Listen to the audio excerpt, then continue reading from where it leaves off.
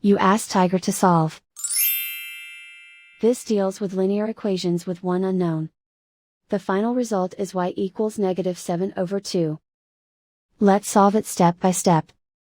Isolate the x. Divide both sides by -4. Cancel out the negatives. Simplify the fraction. Move the negative sign from the denominator to the numerator. Find the greatest common factor of the numerator and denominator. Factor out and cancel the greatest common factor. And so the final result is y equals -7/2.